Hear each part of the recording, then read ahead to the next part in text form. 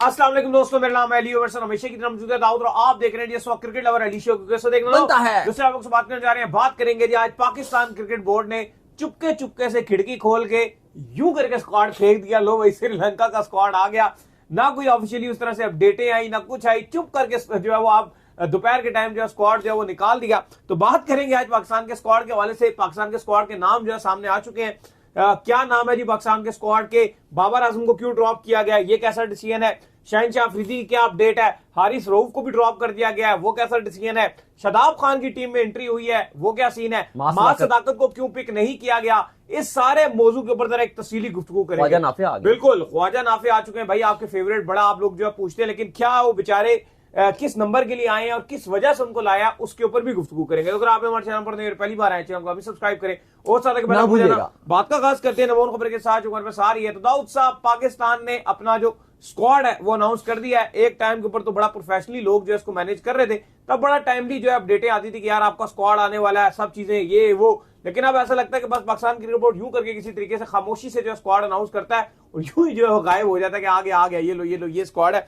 तो बताएं जरा पहले क्या स्क्वाड है जी? देखिए, पाकिस्तान का स्क्वाड की अगर बात की जाए तो कप्तान सलमान अली आगा, अब्दुल समद, इब्रार अहमद, फहीम अशरफ, फखर जमान, ख्वाजा नाफे इस टीम में विकेट कीपर एंट्री मारी है। मोहम्मद नवाज, सलमान मिर्जा, वसीम जूनियर, नसीम शाह, साहिबजादा फरहान तीसरा wicket keeper, Saim Ayub, Shadab Khan, Usman Khan wicket keeper और उस्मान तारिक। अब अली साहब, सबसे ज्यादा जो इसमें बुरी चीज लगी है और वो हम लगातार 3 से 4 दिन से शोर मचा रहे हैं, और वही हुआ जो हम शोर मचा रहे हैं लगातार कि ये बिल्कुल भी ठीक तरीकेकार नहीं होगा कि अगर आप अपने जो खिलाड़ी हैं उनको बिग बैश में आप रखते हो। स्पेशली बाबर आजम की हम बात कर रहे थे, शहनशाह अफरीदी की बात कर रहे थे, चलो हारिस रऊफ की हमने बात की भी थी कि जेर गौर था उनका नाम, लेकिन उनका 50-50 नाम चल रहा था। उनसे भी कहा गया कि कम्युनिकेट किया गया, उनको आराम देने से पहले उनको कहा गया जी ठीक है आप क्या खेलना चाहेंगे। उनकी प्रेफरेंस भी बिग बैश में थी, अभी वो लीडिंग विकेट टेकर चल रहे हैं बिग बैश में। उन्होंने भी कहा भाई मैं आप कॉन्फिडेंस अच्छा ले लूंगा, वो चले गए। शाहीन के मामला बुरे चल रहे हैं, अनफिट हुए हुए हैं ऑलरेडी। क्रिकेट ऑस्ट्रेलिया की जो ये टीम है ब्रिस्बेन हीट, उन्होंने उनको सुपरविजन में रखा हुआ है, मॉनिटरिंग में रखा हुआ है। कल अपना दायां घुटना इंजर्ड जख्मी करवा बैठे। बाबर आजम को भी आराम करवाया गया, कहा गया भाई आप बिग बैश खेलिए, पाकिस्तान तो इंपॉर्टेंट आपके लिए है नहीं। ये एक इंतहाई पैथेटिक सोच है कि वर्ल्ड कप से ठीक पहले आप अपने प्लेयर्स को बोल रहे हो कि आप वहां जाकर खेलो। लेकिन अली साहब, उससे पहले हमने आपको बताया हुआ था कि शादाब खान है वो पाकिस्तान में वापसी करेंगे, क्योंकि 6-7 महीने के बाद वो वर्ल्ड कप में डायरेक्ट नहीं आएंगे। टीम सिलेक्शन ने सोचा कि उनको बुलाया जाएगा और पाकिस्तान के लिए खिलाया जाएगा। साहब, यहां पर एक मासूमाना सवाल आपसे मेरा ये है कि शादाब खान, क्या इतना शादाब खान का रोल है कि शादाब को बुला लिया गया है? मुझे लगता है कि अगर शादाब ना भी आता ना, मेरे ख्याल में इतना बड़ा कोई इंपैक्ट नहीं था एज कंपेयर बाबर आजम के। हाँ। बाबर आजम आपकी रीढ़ की हड्डी है। आप जो कह रहे होते ना बाबर आजम के, बाबर आजम जिस नंबर के ऊपर बैटिंग करेगा, बाबर आजम का इंपैक्ट आना बड़ा जरूरी है। और मैं बार बार ये बात क्यों कह रहा हूं, उसकी वजह यह है कि बाबर आजम की फॉर्म नहीं है। हो सकता था श्रीलंका में आके बाबर आजम को थोड़ी सी जो है वो शायद जगह सूट करती, कोई ऑलरेडी जो है श्रीलंका के खिलाफ कोई ना कुछ रन्स थे, शायद कुछ रन्स कर लेते। लेकिन ऑस्ट्रेलिया में बाबर आजम की फॉर्म हर गुजरते दिन के साथ नीचे जा रही है। और यकीन कीजिए, अगर आप क्रिकेट खेलते हैं, क्रिकेट को समझते हैं, तो आपके अगर 4 से 5 मैच बुरे चले जाएं तो मेंटली इतना बुरा ब्लॉक आता है कि फिर आपके रन्स नहीं आते। और मैं एक और चीज ऐड कर दूं कि बाबर आजम का अगर आप पिछले कुछ महीनों से देखो तो बाबर आजम जब भी खेलती हैं तो शुरू के 2-3 मैचेस में उनसे परफॉर्म नहीं होता। ये आपने नोट की चीज, चाहे वो बिग बैश में गए, चाहे वो आपकी पहले आपने उनको टेस्ट में चांसेस दिए, या जब भी उन्होंने T20 में भी कम बैक किया, शुरू के 2-3 मैच बाबर आजम को चाहिए होते हैं और फिर वो अपना बेस्ट दिखाते हैं। अब मसला यह है कि अगर अभी आप उनको श्रीलंका भेज देते और उनका 1-2 मैच अगर वो ले भी लेते तो हमें फर्क नहीं पड़ता अगर वो रन ना बनाते 1-2 मैचेस में। मसला यह है कि अगर बाबर आजम वो टाइम वर्ल्ड कप में लेना शुरू करेंगे, समझ रहे हैं आप, अगर बाबर आजम 1 से 2 मैचेस 3 मैचेस वर्ल्ड कप में लेते हैं तो आपके पास बचेगा क्या भाई? वर्ल्ड कप में तो टाइम ही नहीं है। तो ये एक पैथेटिक डिसीजन है, चाहे वो बाबर आजम की तरफ से आया है, पाकिस्तान क्रिकेट बोर्ड की तरफ से आया है, या फिर सिलेक्शन कमेटी की तरफ से आया है। ये एक वर्स्ट डिसीजन है।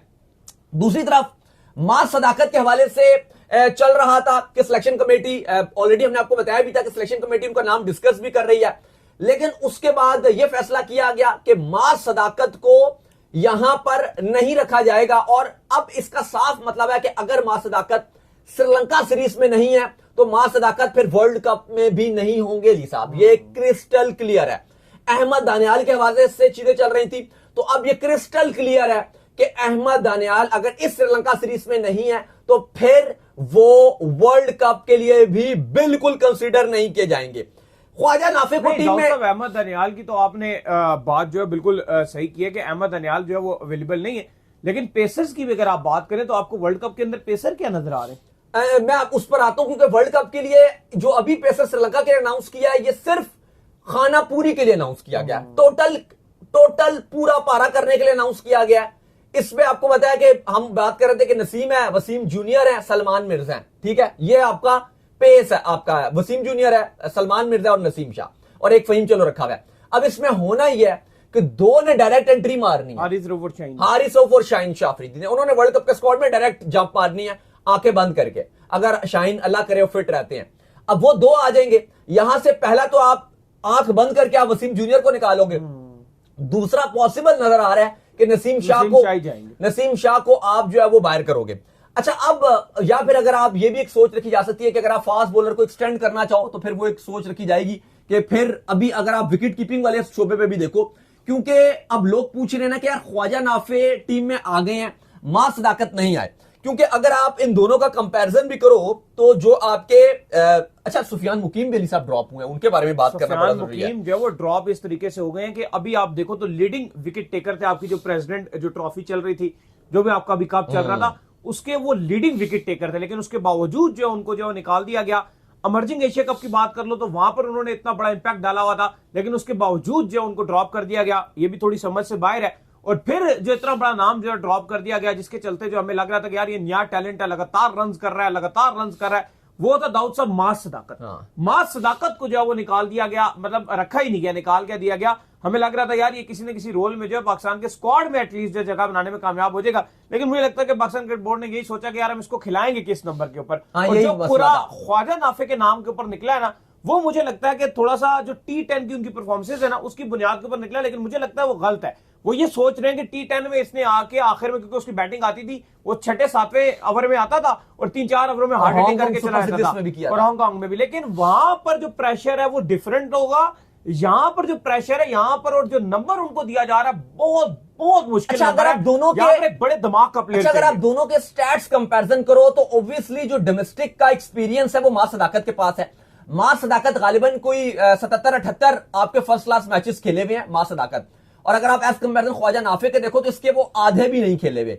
अगर आप फर्स्ट क्लास मैचेस की बात करो तो 24 मां सदाकत ने खेले हुए हैं, 27 लिस्ट ए के मैचेस खेले हुए हैं, और 27 ही T20 गेम्स भी उन्होंने खेली हुई, इंक्लूडिंग जो राइजिंग स्टार एशिया कप था उसके वो प्लेयर ऑफ द टूर्नामेंट थे। वहां पे अगर आप उनकी एवरेज देखो तो बूम की भी थी, वहां पे उनका स्ट्राइक रेट बूम था। अगर आप ख्वाजा नाफे की बात करते हो, देखो ख्वाजा नाफे को हमने हमेशा सपोर्ट किया और मैं अभी भी उनको सपोर्ट करता हूं, ये भी ख्वाजा नाफे को सपोर्ट करते हैं। इवन प्रेस कॉन्फ्रेंस में जब कोयटा ग्लैडिएटर्स उनको नहीं खिला रही थी तो हमने वहां पर डायरेक्ट सऊद शकील से कहा और सऊद शकील को बोला कि आप कितनी ज्यादती कर रहे हो ख्वाजा नाफे के साथ, कि आपने उनको बाहर किया हुआ है और आप बेशक सीनियर खिलाड़ी हैं, मलिक वगैरह, आप उनको खिला रहे हो। और उस पर उन्होंने फिर जवाब दिया, सऊद शकील जो कप्तान थे, उन्होंने कहा कि बिल्कुल आप ठीक बात कर रहे हैं और मैं आप लोगों की बात से एग्री करता हूं कि ख्वाजा नाफे को खिलाना चाहिए और मेरा पर्सनली बड़ा फेवरेट है। उसके बाद हमने देखा कि 1 से 2 मैचेस के बाद कोयटा ग्लैडिएटर्स के ऊपर भी प्रेशर बना और हम भी उनसे लगातार सवाल पूछे जा रहे थे प्रेस कॉन्फ्रेंसेस पे, और उसके बाद उन्होंने फिर ख्वाजा नाफे को 11 में भी डाल दिया। लेकिन अली साहब मैं ये समझता हूं कि जो ख्वाजा नाफे और मां सदाकत की, जैसे मैंने आपको बता दिया कि 78 तकरीबन मैचेस मां सदाकत के फर्स्ट क्लास में है, रन्स भी ठीक है, एवरेज भी ठीक है, ख्वाजा नाफे भी परफॉर्म कर रहे हैं, ऐसी बात नहीं है वो परफॉर्म नहीं कर रहे। उन्होंने ठीक है T10 को आप उस तरह कंसीडर नहीं करोगे ना, हम मानते हैं, लेकिन T10 में बहुत रन बनाए, जो आपका हांगकांग सुपर सिक्स था पाकिस्तान जीत गया। ठीक है, हार्ड हिटिंग की कैपेबिलिटी जो है हमें ये लगता है कि जो ख्वाजा नाफे वो उसकी मां सदाकत से बेहतर है, लेकिन एक्चुअल में तो वो ओपनर है ना। मैं आ रहा हूं, उस पे आ रहा हूं अब। लेकिन जो पिक किया गया वो आपको बता दें कि जो ख्वाजा नाफे है उसको इसलिए नहीं पिक किया गया कि वो मां सदाकत से बेहतर है या इन दोनों में से कौन बेहतर है, इनका कंपटीशन नहीं हो रहा। ख्वाजा नाफे को प्योरली विकेट कीपिंग के ऊपर लाया जा रहा है। और मैं आपको एक बात बता दूं कि ख्वाजा नाफे का इस टीम में आना उस्मान खान के लिए खतरे की घंटी बजा रही है। उस नंबर पे आप खिलाते हो, समझ आता है, नहीं उसी के लिए है ना, वो समझ आता है। अब जो ख्वाजा नाफे एंट्री मार रहे हैं इसका मतलब ये अली साहब नजर आ रहा है कि ख्वाजा नाफे और उस्मान खान में से आप एक वर्ल्ड कप में लेके जाओगे, दोनों नहीं जा सकेंगे। क्योंकि अगर आप विकेट कीपिंग में आपने उसको भी रखा हुआ है, फरहान आपने बैकअप रखा हुआ है, और अगर आप ये जो अपना मेन विकेट कीपर है उस्मान खान अभी आप कैरी कर रहे थे, लेकिन आज जो आपने ख्वाजा को डाल दिया। अच्छा, मैं इसमें सरप्राइज नहीं हूं उस्मान ख्वाजा की इंक्लूजन को लेकर, क्योंकि पिछले एक हफ्ते से, सॉरी माफ कीजिएगा, वो उस्मान ख्वाजा का निकल जाता है, ख्वाजा नाफे की इंक्लूजन को लेकर, क्योंकि ख्वाजा नाफे के हवाले से जो आपकी जो सिलेक्शन कमेटी है, स्पेशली आकिब वगैरह, ये लगातार उनसे राब्ते में थे और खबरें आ रही थी। ऐसा नहीं है कि कोई राब्ता नहीं हुआ, सडनली हो गया, लगातार ख्वाजा नाफे से अपडेट्स ली जा रही थी, उनको शॉर्ट लिस्ट भी किया जा रहा था। और इवन रोहिल नजीर का भी नाम है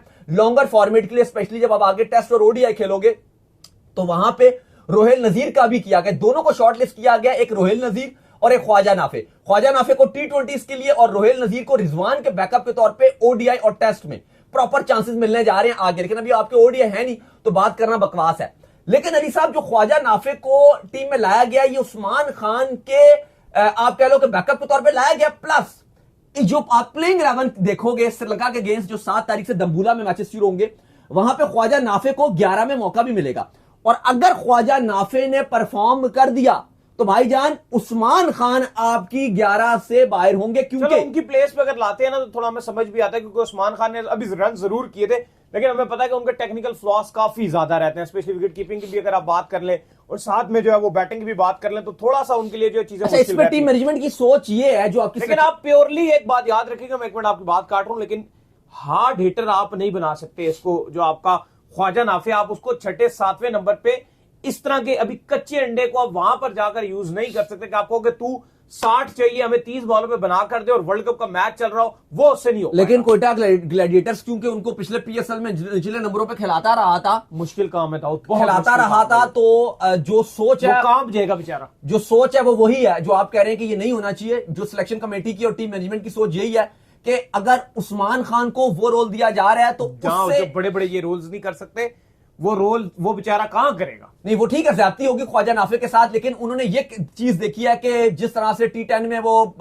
छक्के मार रहा था, फिर उन्होंने देखा कि जिस तरह से Khawaja Nafay Hong Kong super six में मार रहा था, अब शॉर्ट टाइम फिक्स पे लगे रहते हैं कि बस शॉर्ट टाइम किसी तरह जो है ना ये बिल्डिंग किसी तरह स्पेस लगा दो, बस किस चीज में ये शॉर्ट टाइम फिक्स तो देखा यही जा रहा है कि अगर ख्वाजा नाफे को इसमें डाला जाए और छठा नंबर है हमारे पास, और कोई नंबर है नहीं, 5वां या 6ठा नंबर होगा, तो उसमें क्या उस्मान खान से बेहतर ख्वाजा नाफे नजर आएगा? और अगर ख्वाजा नाफे उस्मान खान से बेहतर नजर आएगा तो उस्मान खान को हटा दिया जाएगा और 15 अपनी स्क्वाड में जगह मिल जाएगी इनको। अब इसमें यह भी होगा कि अगर एक को हटाया जाता है इसमें से तो अली साहब फिर एक फास्ट बॉलर ये बढ़ाएंगे, क्योंकि मुझे ऐसा लग रहा है कि ये नसीम शाह की तरफ झुकाव है इनका। ऐसा नजर नहीं आ रहा कि नसीम शाह को ये ड्रॉप करने के चक्करों में है, क्योंकि अभी भी नसीम शाह को रखा, बेशक 11 में नहीं खिला रहे, लेकिन पिछली जितनी सीरीज हुई है नसीम शाह तमाम T20 सीरीज में है। रऊफ और शाहीन डायरेक्ट एंट्री है, वो बगैर क्वेश्चन के टीम स्क्वाड के अंदर जगह बनाएंगे। वो आएंगे, सलमान मिर्जा ने परफॉर्म किया, उनको आप बाहर नहीं करोगे। 3 हो गए तो फिर आप चौथा डालोगे नसीम शाह और 5वां आपका फहीम अशरफ। मुझे लग रहा है ओवरलोडेड है फास्ट बॉलर्स को लेकर, लेकिन ये जो उस्मान खान होंगे या ख्वाजा नाफी होंगे, इनमें से आप एक को बाहर कर दोगे, बाकी आपका हिसाब किताब यही नजर आ रहा है। अच्छा अली साहब, अगर आप इस टीम में देखो, अब सुफियान मुकीम के साथ अगर आप देखो तो ऐसा लग रहा है कि बड़ी ज्यादती की गई है। वो लगातार परफॉर्म भी करता रहा। अभी आपका प्रेसिडेंट कप हुआ है, उसमें उसने 9 मैचों में 20 विकेट्स लिए। ऑलराउंडर कैटेगरी में मुझे लगता है कि श्रीलंका में अगर आप जा रहे हो T20 वर्ल्ड कप आपका श्रीलंका में ही है, तो मुझे लगता है कि अब्बास अफरीदी को भी कंसीडर करना चाहिए था, क्योंकि उसकी जो स्लो वन डिलीवरीज है वो बहुत अच्छी है, उसकी जो बैटिंग की कैपेबिलिटी है अगेंस्ट स्पिन वो बहुत ज्यादा अच्छी है। उसने भी हांगकांग में 5-5 छक्के मारा था एक कवर में एज कंपेयर फहीम अशरफ के। नहीं, मैं समझता हूं कि जो अब्बास अफरीदी है वो प्योरली ऑलराउंडर है, बैटिंग की कैपेबिलिटीज बहुत अच्छी है। को भी आप यहां ड्रॉप कर दे तो कोई इशू नहीं। वसीम जूनियर का रोल मुझे टू बी वेरी ऑनेस्ट नहीं समझ आता T20 में। ओडीआई में आप फिर भी उनको चला सकते हो, T20 में मैं नहीं समझता, क्योंकि वसीम जूनियर ने अपनी बैटिंग की कैपेबिलिटीज बिल्कुल ही फारिग कर दी हैं। पहले वो ऑलराउंडर की कैटेगरी में आते थे, वो सिर्फ बॉलर बन गए। अब सिर्फ बॉलर बन गए तो आई थिंक अब्बास अफरीदी ज्यादा बेहतर एलिमेंट थे। ठीक है, मैं कहता हूं वर्ल्ड कप में आप बेशक अभी उनके बारे में ना सोचते अब्बास अफरीदी के, अभी भी तो नहीं पता ना। अभी आपने सलमान मिर्जा भी इस टीम में, नसीम शाह भी है, वसीम जूनियर भी है, तो जूनियर की जगह बेहतर होता कि अगर आप अब्बास अफरीदी को रख लेते, वो ज्यादा बेहतर था। लेकिन अब बात वही है कि सुफियान मुकीम के लिए लोग बात भी कर रहे हैं, लेकिन ऐसा मसला यह है कि सुफियान मुकीम को आप कैसे स्क्वाड में डालते। सुफियान मुकीम का कैरियर तो बड़ा बेहतरीन है, 19 T20 इंटरनेशनल मैचेस में 27 विकेटें ली हैं, 14 की एवरेज है, 6 की इकॉनमी है, और सिर्फ 14 का स्ट्राइक रेट है, बेहतरीन बॉलिंग कर रहे हैं। प्रेसिडेंट कप में 9 मैचों में 20 विकेट लिए, बेस्ट बॉलर बन गए। लेकिन मसला यह कि आप कितने स्पिनर डालोगे? 2 आपने प्रॉपर स्पिनर डाले हुए हैं, एक है उस्मान तारिक, जाहिर है वो एक मिस्ट्री स्पिनर है, हैट्रिक भी कर गए और उम्मीद यही है कि अगर उनको मौका मिलता है तो इस वर्ल्ड कप में वो कुछ खास कर सकते हैं, सब ओपोनेंट्स की धज्जियां उड़ा सकते हैं, क्योंकि किसी ने को देखा हुआ नहीं है और वो जिस तरह से देखा हुआ भी हो तो खेला हुआ तो बहुत ही कम है, क्योंकि जिस तरह से वो बॉल डालते हैं, रुकते हैं और फिर डालते हैं, वो पजल करते हैं। फिर दूसरा आपका इब्रार है, जाहिर है सुफियान और इब्रार में से आप प्रायोरिटी को तो पहली इब्रार को दोगे क्योंकि वो ज्यादा परफॉर्म अच्छा कर रहे होते हैं अगर आप दोनों का देखो। लेकिन हाँ, सुफियान मुकीम लगातार अच्छी बॉलिंग कर रहे हैं, सुफियान को आप इग्नोर नहीं कर सकते। फिर अगर आप 2 ऑलराउंडर्स हैं, शादाब खान भी अब तो बिग बैश में अच्छी लगातार बॉलिंग कर रहे हैं। आज भी शादाब खान ने इकोनॉमिकल बड़ी अच्छी बॉलिंग की, पिछले मैच में 4 आउट कर दिए 24 रन देके। श्रीलंकन कंडीशन उनको और फेवरेबल देंगी, वो बैटिंग भी कर लेते हैं। और चलो शादाब तो ऑलराउंडर की कैटेगरी में खेलेंगे, प्लस अली साहब नवाज हैं, वो आप उनको कैसे ड्रॉप करोगे? इवन नवाज की बीपीएल में कल बॉलिंग बैटिंग इतनी ठीक नहीं भी रही, 25 पे 25 उन्होंने बनाया हुआ था, लेकिन बॉलिंग में वो भी 3 आउट कर गए नवाज, तो वो भी अच्छी बॉलिंग कर रहे हैं। तो नवाज बेहतरीन फॉर्म में है, शादाब आपकी ऑलराउंडर कैटेगरी में आ जाएंगे 11 में, और एक आपने स्पिनर खिलाने हैं उस्मान तारिक और इब्रार में से।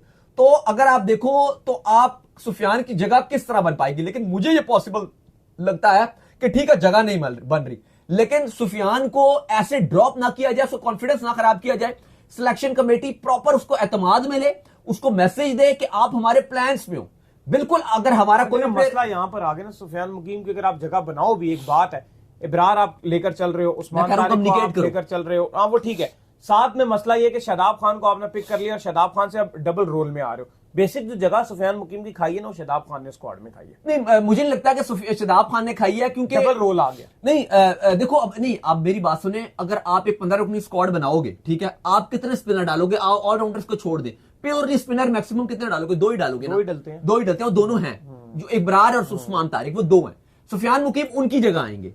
लेकिन शादाब जब नहीं थे तो सुफियान मुकीम ही खेल रहे थे। नहीं, उस टाइम उस्मान तारिक भी नहीं थे, उस्मान तारिक भी नहीं थे। उस्मान तारिक जब से आए हैं ना, अब देखो शादाब तो पिछली सीरीज में भी नहीं थे। क्या आपके पिछली सीरीज में सुफियान मुकीम थे? नहीं, वो तो ड्रॉप कर दिया, एशिया कप के बाद से तो बिल्कुल निकाल दिया। उसके बाद आप उस्मान तारिक को लाए, और एशिया कप के बाद थोड़ा सा एक और भी चीज सामने आई है कि एशिया कप तक जब मेन एशिया कप हो रहा था, कहा जाता सुफियान मुकीम इंपैक्ट डालेगा, लेकिन वो खराब हुआ कि उसके बाद उनको प्रॉपर निकाल दिया गया। हाँ, इवन हमने देखा कि अभी जो राइजिंग स्टार एशिया कप था वहां पे उन्होंने बहुत अच्छी बॉलिंग की। लेकिन देखो बट फ्यूचर है आपके सुफियान मुकीम जो है ना, वो फ्यूचर जरूर है, उनको जो है वो इतवाद में जरूर लेना चाहिए। थोड़ा सा उनका भी एक इशू है, वो आप माने ना माने, क्योंकि हमारे साथ वो खेलता रहा ना, हमारे अगेंस्ट मैच खेलता रहा है। उसका मसला एक और ये भी है कि जो बड़े मैच होते हैं उसमें प्रेशर खाता है। और अली साहब देखो, आप एक और बात मानो ना, मैं वही बात कर रहा हूं कि अब आपने जो पहले 2 ऑप्शन पिक किए, अब 3 में से आपने 2 पिक करने थे। मैं अभी भी आपको बताता हूं, अगर इनमें से कोई भी अनफिट हुआ तो आप डायरेक्ट उसको डालोगे। एक उस्मान तारिक है और इब्रार है। अब इन दोनों के साथ आप तीसरा नहीं डाल सकते थे, क्योंकि फिर आपने ना 15 रुकनी स्क्वाड में सबको डिटेन करना पड़ता है। स्पिनर 2 ही डालने थे, फिर फास्ट बॉलर हैं, अब वो आप 4 डालोगे, वो आपकी सोच है। फिर आपने बैट्समैन डालने हैं, फिर आपने स्पिन ऑलराउंडर डालने हैं। अब नवाज है और शादाब है, क्या पता नवाज और शादाब को आप एक साथ ना खिलाओ। नवाज, शादाब और फहीम, इन 3 में से हकीकत तौर पे 2 की जगह बनती है। लेकिन अब ये भी पॉसिबल है कि अगर आप एक बैट्समैन कम करके आप नंबर 6 पे जो है वो शायद आप इसको खिला दो, शादाब खान को, तो वो आप कॉम्बिनेशन आप डिफरेंट बनाओगे। लेकिन मुझे जो एक चीज नजर आ रही है आपके इस स्क्वाड को देखकर, वो ये नजर आ रही है कि वर्ल्ड कप के लिए अब मां सदाकत की जगह नहीं बनती आपके स्क्वाड में, आपने उनको बाहर कर दिया। बेशक आप बोलोगे, हम समझते हैं कि उनके साथ ये ज्यादती हुई है, उन्होंने इतना परफॉर्म किया है, इतनी फॉर्म चल रही है उनकी, 78 उनके फर्स्ट क्लास के मैचेस हैं, रन बनाए हुए हैं, last rising star Asia cup में प्लेयर ऑफ द टूर्नामेंट थे, बीपीएल भी उनका पहला मैच बड़ा अच्छा गया, ओपनिंग की, रन बनाए, फॉर्म चल रही है उनकी, प्रेसिडेंट कप चल रहा था, यहां पे सेंचुरी इन्होंने मार दी, सब कुछ वो अच्छा कर रहा है। लेकिन आपने उसको आपने इसलिए जगह नहीं दी क्योंकि अब आपकी सोच ये थी कि ओपनिंग और ऊपर के नंबरों पे हमारे पास कोई ऑप्शन है नहीं, तो आपने अब्दुल समद को इसमें पिक किया। अब्दुल समद का अली साहब क्या रोल रहेगा? क्योंकि अब्दुल समद का एक जैसा बैट्समैन एक तो आपको मिडिल ऑर्डर में खिलाना पड़ेगा, लेकिन अगर आप फखर जमान को नंबर 5 पे खिला रहे हो या नंबर 6 पे आप ख्वाजा नाफे या उस्मान खान को खिलाओगे, तो फिर अब्दुल समद कहां खेलेंगे? नहीं, अब्दुल समद से जाहिर बात है कि अगर आप ख्वाजा नाफे को फिर नहीं खिलाओगे ना, अगर आप 6 नंबर के ऊपर कहते हो एक जो हार्ड हिटिंग की, वो तो विकेट कीपर होगा ना। नहीं, वो फिर उस्मान खान आएगा ना, एक आएगा ना, उस्मान या ख्वाजा एक खेलेगा। तो फिर अगर उस्मान हटेगा तो ख्वाजा नाफे वहां पीछे नहीं खेलेगा, फिर फिर ख्वाजा नाफे उस्मान खान की प्लेस पे वही तो बोल रहा हूँ, वही हाँ, तो वो वहां पे खेलेगा। तो फिर समत का खेलेगा, फिर वो अपने नंबर पे खेलेगा छठे साथ में, फिर शादाब में से किसी को बाहर करना पड़ेगा। नहीं ना, ऐसा नहीं हो सकता ना। देखो 3 बाबर आ गए, हाँ 4 आपके आगा आ गए, है नहीं ना अभी तो। अच्छा हाँ सॉरी, बाबर तो है नहीं, तो फिर आप कहां से कंसीडर कर रहे हैं? वो खेलेगा ना अपने साथ नहीं में नहीं, छठे मैं नंबर वैसे पे खेलेगा। नहीं पॉसिबल, मैं थोड़ा सा वर्ल्ड कप की तरफ बात को लेके चला गया था। अभी तो ठीक है, अभी तो सही आप कह रहे हैं, अभी तो जगह बन जाएगी, हाँ। क्योंकि अभी तो शायद अब बाबर नहीं है, तो मे भी आप ख्वाजा नाफे को 3 पे भी आप खिला सकते हो, ये भी पॉसिबल है, क्योंकि अभी बाबर नहीं है, तो भी आप ख्वाजा नाफे को 3 पे खिला दोगे, फिर आगा आपके बाकी 4 तो पे जो आ आप बात जाएंगे। कर रहे हो उसमें तो जिस तरीके का स्क्वाड है वो प्लेइंग 11 वर्ल्ड कप की है ना, उसमें तो ना ख्वाजा नाफे की जगह बनेगी अगर उस्मान खान खेला, ना इसकी जगह बनेगी, अब्दुल समद की जगह बनेगी। नहीं, एक तो खेलेगा ना, फिर एक खेलेगा, अगर उस्मान खान हटेगा तो फिर ये खेलेगा ना। वैसे तो आपके नंबर पूरे हैं। नहीं देखो, उस्मान खान और ख्वाजा नाफे में से जो सोच बताई जा रही है वो ये है कि इनमें से एक को हम खिलाएंगे, और अगर ख्वाजा नाफे भी खेला तो वो फिर उस्मान खान। अच्छा, एक बात का जवाब दे, एक सवाल का जवाब है, एक सवाल है जो मैं पूछूंगा आपसे, और बता, ये चल भी बहुत ज्यादा रहा है। फरहान, साजिदा फरहान आधे विकेट कीपर है, पार्ट टाइमर विकेट कीपर है।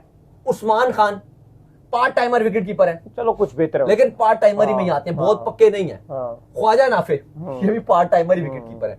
अब आपने तीनों डाल दिए हैं, लेकिन तीनों ऐसे विकेट कीपर नहीं है जैसे हम रिजवान की बात करते हैं कि उस तरह लेवल की कीपिंग करें, नहीं है उसमें। वो क्वालिटी नहीं है। अब रिजवान का मसला ये है कि उनकी बैटिंग बहुत फारिग होती है है, फिर। वो बैटिंग टुक टुक करते हैं और ओपनिंग स्लॉट में आप जगह नहीं दोगे। तो ऐसा लग रहा है कि विकेट कीपिंग को लेकर आपकी जो टीम मैनेजमेंट है ना अली साहब, वो भी बहुत वरीड है। जो टीम मैनेजमेंट है उसका भी माइंडसेट यही है कि यार हमें एक कोई ऐसा विकेट कीपर मिल जाए जो कीपिंग जो है वो भी अच्छी करे, क्योंकि देखो बड़े इवेंट्स में ना एक कैच छूट जाना, एक रन आउट मिस हो जाना, एक स्टंप मिस हो जाना। टीमों की आप कीपरों की बात करो ना, एक तरफ डिकॉक कीपिंग कर रहा है, एक तरफ इंडिया में संजू सैमसन कीपिंग कर रहा है, इंग्लैंड में जॉस बटलर कीपिंग करेगा, सारे तगड़े कीपर। हाँ मतलब अगर आप देखो बाकी जगह तो आपको सारे प्रॉपर विकेट कीपर नजर आ रहे हैं, और हमारे विकेट कीपर थोड़े से कॉन्फिडेंस भी लो है। लाइक उस्मान खान की आप बात करो, कॉन्फिडेंस लो है, शॉर्ट टाइम फिक्स में लगे रहते हैं, हमारा कोई लॉन्ग टर्म प्लान नहीं होता है। तो ये एक सवाल रहेगा। बाकी इसके ऊपर प्लेइंग 11 भी बनाते हैं कि बेस्ट प्लेइंग 11 पाकिस्तान की क्या बनेगी, लेकिन अभी तो ऑप्शन रहेगा कि ख्वाजा नाफे भी 11 में खेल सकते हैं, कहीं ना कहीं आप अब्दुल समद को भी एंटरटेन कर दोगे, लेकिन वर्ल्ड कप की जो प्लेइंग 11 बनेगी उसमें चीजें थोड़ी मुख्तलिफ रहेंगी। लेकिन इस स्क्वाड की जो समरी निकली है ना, वो ये निकली है बहुत ही ज्यादा पुअर डिसीजंस लिए गए हैं। अगर आपने शहनशाह अफरीदी को खिलाना था आप स्क्वाड में डालते, अगर इंजरी थी तो अपडेट देते कि भाई इंजर्ड है नहीं खेलेंगे। आपको बाबर आजम को स्क्वाड में रखना चाहिए था, इवन आपको हारिस रऊफ को भी खिलाना है ना, अगर आपका प्लान है वर्ल्ड कप में तो खिलाओ, फिर उसको आपको यहाँ पे स्क्वाड में लाना चाहिए था। श्रीलंका में हम देख लेते कि यार वो क्या कर सकता है। अगर हमें लगता कि श्रीलंका में उसका इतना रोल नहीं है तो हम उसको ड्रॉप करने का भी ऑप्शन होता। अब हमारे पास कोई ऑप्शन नहीं होगा, जो अगर डायरेक्ट वर्ल्ड कप में खेलेगा, जो कि मुझे लगता है इंतहाई पुअर डिसीजन है। ऐसा नजर आ रहा है कि पाकिस्तान क्रिकेट बोर्ड ने भी घुटने टेक दिए हैं और यह बता दिया है कि बिग बैश ऑस्ट्रेलिया की हमारे लिए ज्यादा अहमियत है, और ऑस्ट्रेलिया की बिग बैश उनके लिए इंपॉर्टेंट नहीं है, क्योंकि उनके प्लेयर सारे डेड रबर एशेस खेलते रहे हैं। उनके लिए स्टार्क हो गया, स्मिथ हो गया, ट्रेविस हेड हो गया, कैमरन ग्रीन हो गया, व्हाटएवर XYZ खिलाड़ी हो गया, उनके लिए एशेस इंपॉर्टेंट नहीं है, वो अपनी उनके लिए बिग बैश इंपॉर्टेंट नहीं है, वो एशेस खेल रहे हैं। लेकिन हमें जो श्रीलंका में मैचेस मिल रहे हैं वर्ल्ड कप है, जहां पे हमारे लिए वर्ल्ड कप भी इतना इंपॉर्टेंट नहीं है जितने हमारे 2-3 खिलाड़ी सो कॉल्ड जाके बिग बैश खेलेंगे, वो हमारे लिए ज्यादा बड़ी बात है। आई थिंक ये हमारे लिए एक शर्म वाली बात है। तो चलिए उम्मीद करते हैं आज का हमारा शो आपको आएगा पसंद। आप वीडियो लाइक कीजिए, हमारे चैनल को सब्सक्राइब कीजिए, साथ ही बेल आइकन को बजाइए। एक और काम कर लीजिए और वही कर लीजिए कि आप जो इंस्टाग्राम के ऊपर जाइए और जाकर जो है इंस्टाग्राम पे मुझे फॉलो कर लीजिए, वहां पे मैं मौजूद हूं, दाऊद क्रिकेट गेम्स। अगर आपको कोई सवाल हो तो भेजिएगा, उनको भी फॉलो कीजिए। मुझे फॉलो कीजिए, हम ऑफिशियल के नाम से डिस्क्रिप्शन में नेक्स्ट वीडियो। अल्लाह हाफिज।